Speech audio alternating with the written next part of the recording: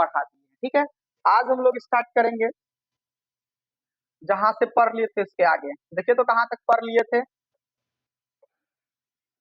आ, कोशिका भित्ति तक पढ़ा दिए थे आप लोगों को, सेल वॉल तक पढ़ा दिए थे। सेल वॉल क्या होता था तो हम बताए थे कि कोशिका भित्ति जो होता है वो जो है कोशिका के बाहरी यानी दोहरी झिल्ली होता है। देख लीजिए ये क्या होता है, दोहरी झिल्ली होता है। देखिए अंदर में तो एक झिल्ली है ही, ठीक है, अंदर में एक झिल्ली है ही, और इसके बाहर बाहर देखिए ये वाला झिल्ली है ना, बाहर बाहर जो झिल्ली होता है इसे दोहरी झिल्ली भी कहते हैं। यहाँ तक कंप्लीट करा दिए थे। ये बाबू क्या होता है, पारगम्य होता है, पूरे पारगम्य होता है, ठीक है। ये काफी मजबूत होता है और ये पेड़ पौधे को जो है क्या करता है, सुरक्षा प्रदान करता है। साथ ही साथ यह कोशिका को सूखने से बचाता है। देख लीजिए सारा चीज लिखा हुआ है यहाँ पर, कोशिका को सूखने से बचाता है। इसके बाद बताए थे कि ये जो है सेल्यूलोज का बना होता है, ठीक है, सेल्यूलोज का बना होता है, यहाँ पर आपको लिखाया हुआ है, ठीक है, सेल्यूलोज का बना होता है। क्लियर है सभी को। तो हम कोशिका भित्ति तक पिछले क्लास में बता चुके थे। क्लियर है। चलिए इसके आगे हम लोग समझते हैं। चलिए तो अब हम लोग समझते हैं कोशिका के अंग। तो देखिए बाबू हम आप लोगों को बता चुके थे ठीक है। चलिए रिकॉल कर लेते हैं एक बार। हम बताए थे ये वाला, जल्दी बताइए ये क्या है, कोशिका का झिल्ली है। ये क्या है, कोशिका झिल्ली। याद रखिए फटाफट सभी को जवाब देना, ये है कोशिका झिल्ली। इसके ऊपर एक और झिल्ली लगी होती है, जल्दी बताइए इसका नाम क्या है। इसके ऊपर एक और झिल्ली लगी होती है, इसको कहते हैं हम लोग कोशिका भित्ति। कोशिका भित्ति केवल पेड़ पौधों में ही पाया जाता है, जबकि कोशिका झिल्ली जंतु और पेड़ पौधे दोनों में पाया जाता है। क्लियर है। अब चलते हैं इसके अंग के बारे में। हम बोले थे ना कि कोशिका जो झिल्ली होता है इसके अंदर भी कई सारे अंग जो होते हैं वो उपस्थित होते हैं। बात बुझे। तो चलिए पहला हम लोग समझते हैं माइटोकॉन्ड्रिया। तो माइटोकॉन्ड्रिया को हम लोग एम लिख देते हैं, यानी कोशिका के अंदर में भी जो है उपस्थित होते हैं इसके अंग। पहला अंग पढ़ेंगे हम लोग माइटोकॉन्ड्रिया। किसी को कोई दिक्कत। चलिए तो माइटोकॉन्ड्रिया को स्टार्ट करते हैं, समझ में आ गया तो समझते हैं माइटोकॉन्ड्रिया क्या होता है ना। माइटोकॉन्ड्रिया का हम लोग फिगर देख लेते हैं यहाँ पर, आप लोग नहीं दिया है यहाँ पर माइटोकॉन्ड्रिया, ठीक है।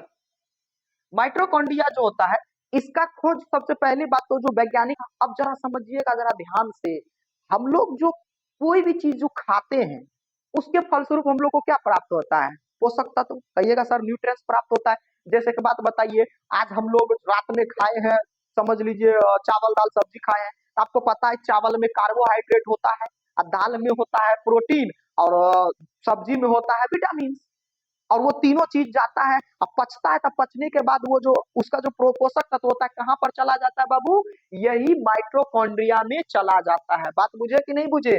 ये माइटोकॉन्ड्रिया में जाने के बाद, ठीक है, यहीं पर लिख देते हैं, बार बार पेज को उल्टाने का जरूरी भी नहीं पड़ेगा, है ना। ये हम बना दिए हैं, ये हो गया। क्या हम बोले हैं, इसके अंदर में है, इसके अंदर में है माइटोकॉन्ड्रिया, ठीक है।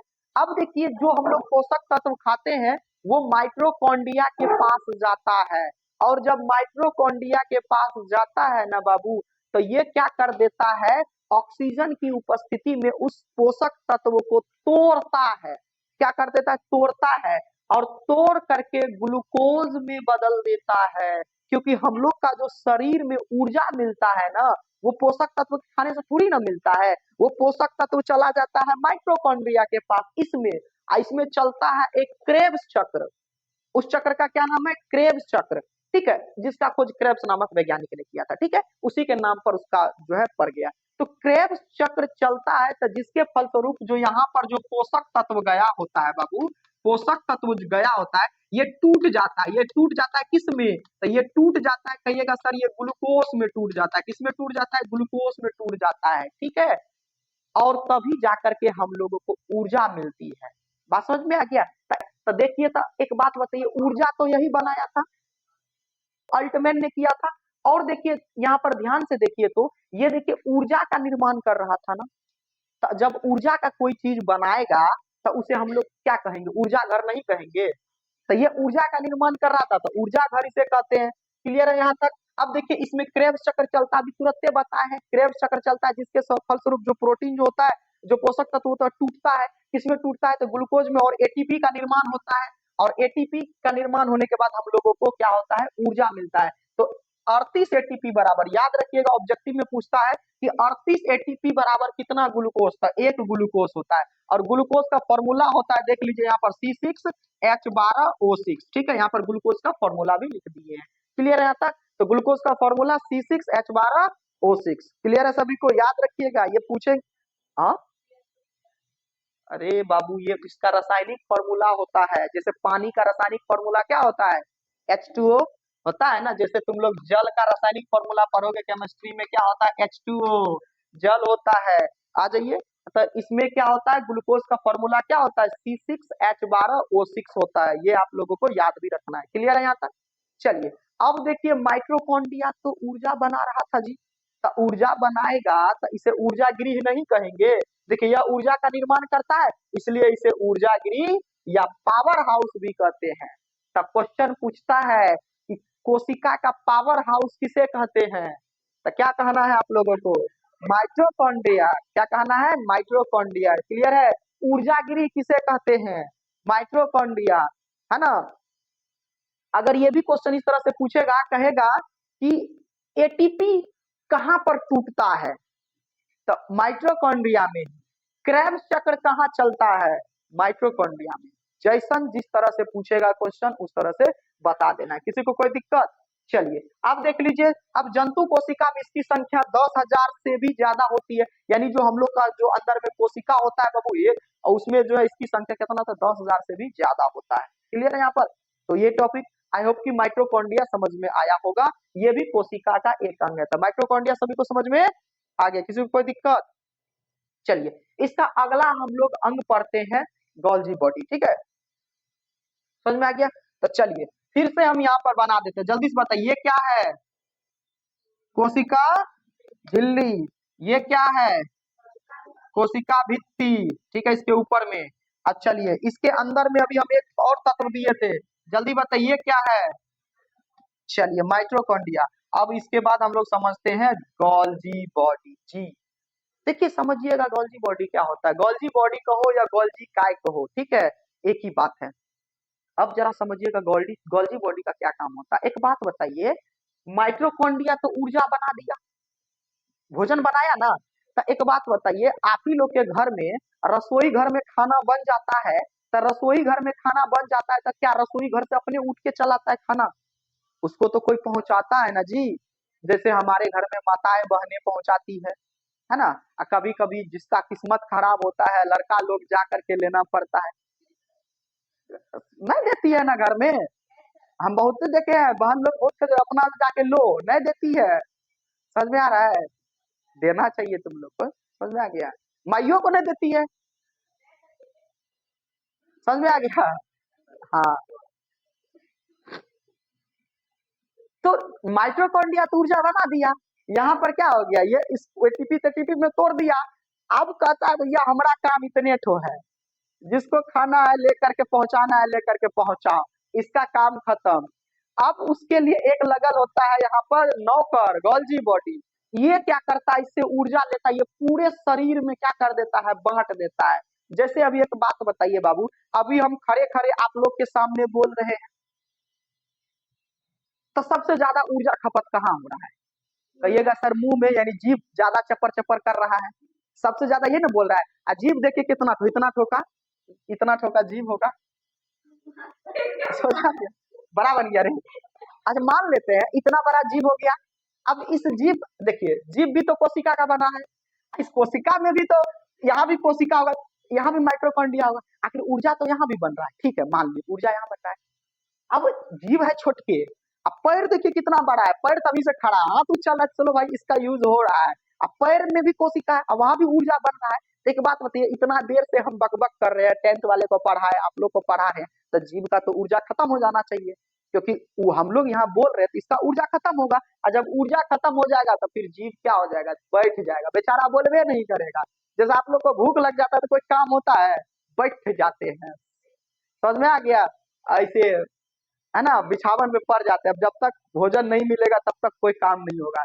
तो क्या करता है ये गोल्जी बॉडी, वो निचलका वाला जो पैर उर में बनता है ऊर्जा, वो ऊर्जा को पूरा कहाँ पर लेके आ जाता है, जीव के पास। लो बोलो अब जितना बोलना है, ठीक है। तो यही कारण है बाबू कि जब हम लोग थकते हैं ना, जब हम लोग को थकान महसूस होता है ना, तो पूरे जगह से थकान महसूस होता है। ये न कहिएगा कि सिर्फ हमारा जिभे तो थका है, पैर हाथ चलिए रहा है, बोलेंगे नहीं सब काम होगा। कभी सुने हो, कभी सुने हो कि सर लिख रहे हैं तो खाली हमारा यही तो हाथ दर्द कर रही, हाथ में भी पूरा ऊर्जा है, कहोगे नहीं। थकते हैं तो हम लोग पूरी तरह से थक जाते हैं। समझ में आ गया, यही कारण है, इसी के कारण है गोल्जी बॉडी जो शरीर का अंग जहां पर ज्यादा काम हो रहा होता है वहां पर जाकर के ये ऊर्जा दे देता है, आराम से काम करो।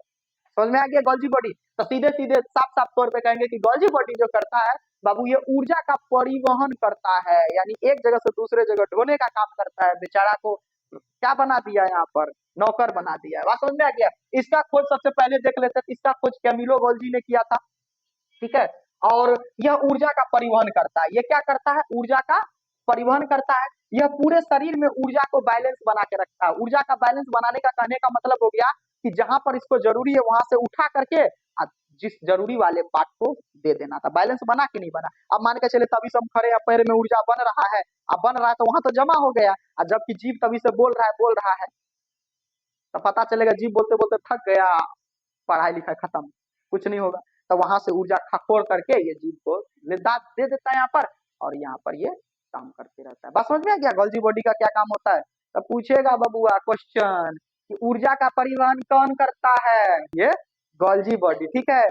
और ऊर्जा कौन बनाता है, माइटोकॉन्ड्रिया। रसोई घर कोशिका का माइटोकॉन्ड्रिया, भाई रसोई घर के भी पूछ देता है, कुछ भी पूछ दे। तो रसोई घर कौन हो गया, माइटोकॉन्ड्रिया। बात समझ में आ गया।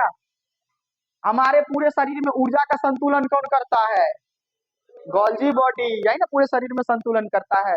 आई होप कि यहाँ पर गोल्जी बॉडी तक आप लोगों को समझ में आया होगा। आगे बढ़े, चलिए तीसरा हम लोग देख लेते हैं यहाँ पर, रसधानी, ठीक है। तो फिर से हम यहाँ पर बना देते हैं आप लोगों को यहाँ पर। चलिए ये जल्दी बताइए क्या है, सभी बोलिए है। चलिए इसको समझते हैं व्यू, है ना, वैक्यूल्स यानी रसधानी। अब सर ये रसधानी क्या होता है, रस भरल होता है, बात समझ में आ रहा है। तो रसधानी जो होता है वो पानी को स्टोर करके जमा करके रखता है, जरा समझिएगा। इसी में ये वैक्यूल्स में ही इसका फिगर होगा, इसी वैक्यूल्स में बाबू क्या होता है, पानी होता है। यहाँ पर आप देख सकते हैं इस फिगर में, ठीक है, यहाँ दिख रहा है। इसी में क्या होता है, पानी होता है। देखिए छोटे छोटे ड्रॉपलेट बने हुए हैं यहाँ पर पानी रहता है। और यही पानी कोशिका को जब पानी की जरूरत होता है तब पूर्ति करता है। इसी में जब कमी होता है ना बाबू, तो कहा जाता है कि कोशिका में जब 1% पानी का जब कमी होता है ना, तो हम लोग को प्यास लग जाता है। और जब 10% पानी का कमी हुआ तो खत्म, राम नाम सत्य है। बात समझ में आ रहा है। और ज्यादा पानी होगा तो वो निकाल भी देता है। तो इसी पानी जो हम लोग पीते हैं तो कोशिका में भी ये पानी चला जाता है, और स्टोर कहाँ पर हो जाता है, तो इसी रसधानी में पानी जाकर के स्टोर हो जाता है, जिसे हम लोग वैक्यूल्स कहते हैं। बात सभी को समझ में आ गया। तब पानी स्टोर कहाँ रहता है, वैक्यूल्स में। तो जल पूछता है क्वेश्चन कि जल संग्रह कौन से कोशिका के अंग करते हैं। तो बताइए, रसधानी, रस से याद रखिएगा, रस का मतलब पानी, रस तो पानी जैसा होता है ना। बात समझ में आ गया, रसधानी, क्लियर है यहाँ तक। तो चलिए रसधानी आप देख लिए, चलिए देख लेते हैं रसधानी का यहाँ पर। तो यह जल का संग्रह करता, अभी तुरंत बताए। अब देखिए यह कोशिका में जल संतुलन का कार्य करता है। जल संतुलन करने का मतलब क्या कि जल का जरूरी होता है तो दे देता है कोशिका को, ठीक है। चलिए अब कहता है कि यह पादप कोशिका में कठोरता भी प्रदान करता है, यानी मजबूती प्रदान करता है, कठोर होता है इसी के कारण, रसधानी के ही कारण, ठीक है। अब कहता है कि यह चारों ओर एक झिल्ली से घिरी होती है। पूछता है बार बार क्वेश्चन, ये चारों ओर से एक झिल्ली से घिरी होती है। ये जो हमारा अभी हम दिखाए थे रसधानी, उसे जिसे क्या कहते हैं, टोनोप्लास्ट कहते हैं। देख लीजिएगा यहाँ पर, ये जो झिल्ली से घिरी होती है, इसके चारों ओर एक झिल्ली लगी होती है, ठीक है, जिसे हम लोग कहते हैं टोनोप्लास्ट। क्या कहते हैं, टोनोप्लास्ट। तो बताइए रसधानी के चारों ओर झिल्ली को क्या कहते हैं, टोनोप्लास्ट। बात बुझे, क्या कहते हैं। कोशिका झिल्ली के ऊपर एक और झिल्ली होती है, उसे क्या कहते हैं, कोशिका भित्ति, सेल वॉल। चलो आप समझ में आ रहा है ना। तो क्लियर है यहाँ तक, वैक्यूल्स तक समझ में आ गया। अब देखिए सेंट्रोसोम, 3 पढ़ा देते हैं तब फिर लिखिएगा, तब फिर 3 आगे देखते हैं। सेंट्रोसोम, अब देखिए बहुत इंपॉर्टेंट है तारक काय, ये क्या होता है समझ लीजिए। सेंट्रोसोम बहुत इंपॉर्टेंट बाबू, यहाँ पर अहम रोल निभाता है। अब जरा समझा देते हैं सेंट्रोसोम होता क्या है, ठीक है। ये जो सेंट्रोसोम होता है, कभी कभी हम लोग देखते हैं कि गलती के कारण हम लोग का हाथ वहां पे कट जाता है या कहीं पर भी कट जाता है। चलिए कटा फटा नहीं होगा किसी का, तो घाव घोष जरूर हुआ होगा। घाव हो जाता है तो देखिएगा कुछ दिन बाद वो घाव अपने आप भर जाता है। किसी किसी को गुड़ हो जाता है, गुड़ देखे हो ना, वो खाने वाला गुड़ नहीं, वो बहाने वाला गुड़। गुड़ में जब डॉक्टर बहाता है ना तो ऐसे कैंची भिरा करके खखोर करके निकाल लेता है, तो देखोगे गुड़ वहां पर ना छेदा हो जाता है 2 सेंटीमीटर का, पूरा गड्ढा होता है। किसी पे हुआ है किसी को गुड़, है ना, गड्ढा हो जाता है। तो एक बात बताइए, वो गड्ढा आखिर भर कैसे जाता है? या फिर किसी का कट जाता है थोड़ा बहुत, तो फिर देखिएगा वहां पर 10 दिन बाद फिर वही सेम टू सेम हो जाता है। आखिर क्यों? कोई तो ऐसा अंग है जो उस चीज क्षतिपूर्ति कर रहा है। सेंट्रोसोमी, यानी यह कोशिका विभाजन करता है। यह क्या करता है? कोशिका विभाजन करता है। जैसे यहाँ पर ये वाला अंग कट गया ना, तो इसके आसपास तो कोशिका है, इसके आसपास के कोशिका यानी जो सेंट्रोसोम होता है वो क्या कर देता है, एक कोशिका अपने से निकल करके, यानी एक कोशिका ये हो गया तो ये टूट जाता है बीच से, तो टूट गया तो 2 हो गया, तो फिर ये अलग टूट जाएगा, अलग टूट जाएगा। इस तरह से टूटते टूटते टूटते क्या हो जाएगा, पूरा ये एक अंग का निर्माण हो जाता है। बात समझ में आ गया? तो कोशिका विभाजन ही अंगों की क्षतिपूर्ति करता है। याद रखिएगा, पूछता है एग्जाम में कि अंगों की क्षतिपूर्ति कौन करता है, तो सेंट्रोसोम करता है, यानी तारक का। हिंदी में क्या कहते हैं? तारक का। इंग्लिश में सेंट्रोसोम, ज्यादा याद रखिएगा, सेंट्रोसोम। बात समझ में आ गया? चलिए, इसका खोज कौन किया था? तो बोबरी नामक वैज्ञानिक ने किया था। अब देखिए, इसका कार्य कोशिका विभाजन का होता है। क्या होता है? कोशिका विभाजन। हमारे शरीर में कोशिका विभाजन होता है तभी है ना कोई अंग जो है क्षतिपूर्ति होगा। अब पता चला कि कोशिका विभाजन होता ही नहीं है, तो जिसका उंगली कट गया तो खत्म कहानी, वो कटले रह जाएगा। अब एक फैक्ट की बात बताते हैं बाबू, ये पेड़ पौधा में नहीं होता है। जो पेड़ पौधा होता है ना, वो पेड़ पौधा में होता ही नहीं है सेंट्रोसोम। अब पेड़ पौधा में नहीं होता, तुम देखोगे कोई पेड़ पौधा को काट दोगे, थोड़ा सा वहां पर क्या कर कुल्हाड़ी से काट करके निकाल दो, तो बेचारा जब तक पेड़ बड़ा रहेगा वो कटले रहेगा। देखिएगा पेड़ का भरता नहीं है, वो वाला अंग भरता है नहीं। तुम वैसे खोद दोगे तो खोदले रह जाएगा, है ना। एक पार्क गए थे घूमने, वहां पर है ये यही बगले का पार्क गए थे, वहां पर देखे थे एक लड़का क्या कर दिया था, ऐसे कौन चीज से किया था पता नहीं, इसे खरगोश करके दिल बना दिया था। बस हो जा रहा है, और उस दिल में नाम लिख दिया था अपना। तो अब एक बात बताइए, वो दिल जब तक रहेगा, जब तक पेड़ में रहेगा, वो दिल बनले रहेगा, वो दिल अपने आप मिटने वाला नहीं है। बात समझ में आ गया? क्यों नहीं मिटेगा? सेंट्रल भाई ये नहीं है, जो उस दिल को जो खखोर करके लिखा था ना, वो भरेगा ही नहीं, और नहीं भरेगा तो वो ऐसे ही रहेगा। बात समझ में आ गया? तो पूछता है कि सेंट्रोसोम पेड़ पौधा में पाया जाता है? नहीं पाया जाता है। यही कारण है कि पेड़ पौधा को थोड़ा काट दो तो बेचारा कटले रह जाता है, और जबकि हम लोग को काट दो तो यहाँ पर थोड़ा बहुत कुछ खरोच उरोच लग जाता है, तो क्या होता है, भर जाता है। बात समझ में आ रहा है? अगर ये नहीं होता तो भरता, घाव होता तो गड्ढे रह जाता है यहाँ पर। बात समझ में आ रहा है? तो ये सब कुछ नहीं होता, समझ में आ गया? तो अब देखिए एक चीज और, ये जो सेंट्रोसोम होता है, पूछा जाता है कि हमारे शरीर में सबसे ज्यादा सेंट्रोसोम कहाँ पाया जाता है, तो कहिएगा आप लोग, लीवर में पाया जाता है। कहाँ पे पाया जाता है? लीवर में। बात समझ में आ रहा है? लीवर में पाया जाता है सबसे ज्यादा सेंट्रोसोम। यही कारण है, तुम लोग देखोगे एक मूवी आया था अजय देवगन का, ठीक है, देखे थे मूवी, बहुत पुराना था, बचपन में खूब देखे थे। उसको क्या कर दिया था, यहाँ पर भोंक दिया था चाकू, ठीक है, भोंक दिया था छुरा। वो क्या किया था, एक गमछा बांधा, यहाँ पर खून रुकना बंद हो गया, गमछा बांध दिया, खून बंद हो गया, क्योंकि तो खून बंद हो गया। अब फिर वो मारपीट करने के लिए तैयार हो गया। समझ नहीं आ रहा यहाँ पर, तो समझिए जरा ध्यान से लॉजिक। अगर कोई आगे से भोंक देता तो मर जाता यहाँ पर, क्योंकि आगे में तो पेट है। अब पेट में भोंक देता, हाथ हाथ जो है यहाँ पर कट जाता, छोटी हाथ बड़ी हाथ सब यही पर है ना जी। पता चलता भोजन जो खाएंगे आगे ही निकल जाएगा। तो यहाँ पर है लीवर, लीवर लीवर में भोंका, तो लीवर में सबसे ज्यादा होता है सेंट्रोसोम। लीवर का जो कोशिका होता है ना, उसमें सेंट्रोसोम ज्यादा होता है। तो वो जो लीवर अगर अपने से कट्टा फट्टा हुई ना, तो तुरंत सेंट्रोसोम विभाजित होकर के तुरंत लीवर नया बन जाता है, तो दिक्कत नहीं होता है। बात समझ में आ गया? तो पूछता है क्वेश्चन कि सबसे ज्यादा मानव शरीर में सबसे ज्यादा सेंट्रोसोम मतलब कोशिका विभाजन कहाँ होता है? तब याद रखिएगा लीवर में। कहाँ पर? लीवर में सबसे ज्यादा कोशिका विभाजन लीवर में। एक बात बताइए, कहाँ नहीं होता है? तो कहिएगा सर दिमकवा में। समझ में आ गया? ये जो खोपड़ी है ना, ये ब्रेन है ना, इसमें इसमें जो है ये कोशिका विभाजन होता ही नहीं है। यही कारण है कि ट्रैफिक पुलिस वाला कहता है कि इस पर क्या लगा के चलिए, हेलमेट लगा के चलिए। ये टूटा तो कहानी खत्म। देखिए हाथ पर टूटता है तो हाथ पर नया आ जाएगा, लेकिन इसमें जरा सा भी ठेस पहुंचा, एक बात बताइए, चोट लग गया गहरा, पता चला दिमाग का थोड़ा अंग टूट गया, तब दिमाग में तो है ये नहीं है सेंट्रोसोम, तो क्या वो दिमाग भरेगा अपने से? नहीं भरेगा, तो फिर ये डिस्टर्ब, तो सारा चीज डिस्टर्ब हो जाएगा। बात समझ में आ रहा है? इसलिए आप लोग ध्यान रखिएगा, खोपड़ी को हमेशा बचाइएगा। क्लियर है यहाँ पर? क्यों? क्योंकि इसमें सेंट्रोसोम अनुपस्थित होता है, तो कोशिका विभाजन होगा ही नहीं इसमें। और जब कोशिका विभाजन नहीं होगा तो फिर वो वैसा का वैसा ही रह जाएगा। बात समझ में आ गया यहाँ पर? तो सेंट्रोसोम क्या होता है, इसका खोज बोबरी ने किया था। यह कोशिका विभाजन का कार्य करता है, सबसे ज्यादा लीवर में पाया जाता है। किधर में जा रहा है? चलिए, सबसे ज्यादा कहाँ पर होता है?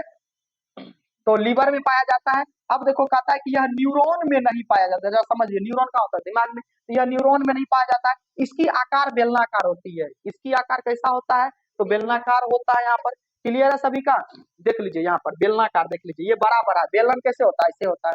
इसी को बेलनाकार आकार कहते हैं। ठीक है, यहाँ पर देखिए कोशिका के अंदर है सेंट्रोसोम, देखिए बेलनाकार आकार का। क्लियर है सभी को? तो सेंट्रोसोम, तो पूछेगा हमारे शरीर में कोशिका विभाजन सेंट्रोसोम करता है। क्या करता है? सेंट्रोसोम। चलिए, सबसे ज्यादा कोशिका विभाजन कहाँ होता है? लीवर में। कहाँ पर नहीं होता है? दिमाग यानी न्यूरॉन में। बात समझ में आ गया? सेंट्रोसोम कहाँ मतलब किसमें अनुपस्थित होता है? पेड़ पौधों में। पेड़ पौधों में अनुपस्थित होता है। बात समझ में आ गया? तो चलिए, आई होप कि यहाँ पर सेंट्रोसोम तक समझ में आया होगा। चलिए ई आर समझते हैं। चलिए, एंडोप्लाज्मिक रेटिकुलम देखिए क्या होता है, जरा समझिएगा ध्यान से, है ना। एंडोप्लाज्मिक रेटिकुलम ईआर, इसको हिंदी में कहते हैं बाबू, हिंदी में आप लोग देख लीजिएगा, इसको हिंदी में कहते हैं, है ना, अंतः प्रद्रवयी, है ना, जालिका। क्या कहते हैं इसको? अंतः प्रद्रवयी जालिका कहते हैं हिंदी में। देखिएगा बाबू जरा ध्यान से, ये जो ईआर होता है, इंडोप्लाज्मिक रेटिकुलम होता है, वो बेसिकली दो प्रकार का होता है। एक होता है रफ पार्ट वाला, देखिए एक इसमें देखिए रफ है, यहाँ पर खुरदरा है, तो होता है कोशिका में। एक स्मूथ वाला होता है और एक रफ वाला होता है। बात समझ में आ गया? दो तरह का जो है यहाँ पर ईआर होता है। अब देखिए स्मूथ वाला में जो होता है बाबू, स्मूथ वाला में याद रखिएगा फैट का निर्माण होता है। किसका निर्माण होता है? वसा का। यानी ये जो स्मूथ में जो बनता है वसा का निर्माण होता है, वसा बनता है। और जबकि जो रफ वाला एरिया होता है, इसी में प्रोटीन बनता है, यानी प्रोटीन का संश्लेषण होता है। चलिए आगे कुछ इसमें विशेष देख लेते हैं बाबू। तो इससे कोशिका को यह कोशिका को आंतरिक सहायता प्रदान करता है, इंटरनल जो मजबूती होता है वो सहायता प्रदान करता है। क्लियर है? अब देखो इसे आंतरिक कंकाल कहते हैं। अब हमारे शरीर को चूंकि ये आंतरिक सहायता प्रदान करता है, तो इसे आंतरिक कंकाल भी कहते हैं। काफी जो है यहाँ पर कोशिका को सहायता प्रदान करता है। ठीक है, यह दो प्रकार का उधर लिखा है, देखिए एक स्मूथ ईआर, ईआर का मतलब क्या होगा? इंडोप्लाज्मिक रेटिकुलम, और एक हो गया रफ ईआर, यानी रफ यानी जो है खुरदरा रेटिकुलम। क्लियर है? अब देखिए स्मूथ ईआर वसा का निर्माण करता है, जरा ध्यान से समझिएगा। स्मूथ ईआर यानी जो स्मूथ ईआर होता है उसमें क्या चीज का निर्माण होता है? वसा का। और जो रफ ईआर होता है उसमें क्या चीज का निर्माण होता है? प्रोटीन का निर्माण होता है। तो चलिए क्वेश्चन पूछता है कि प्रोटीन का निर्माण कहाँ होता है?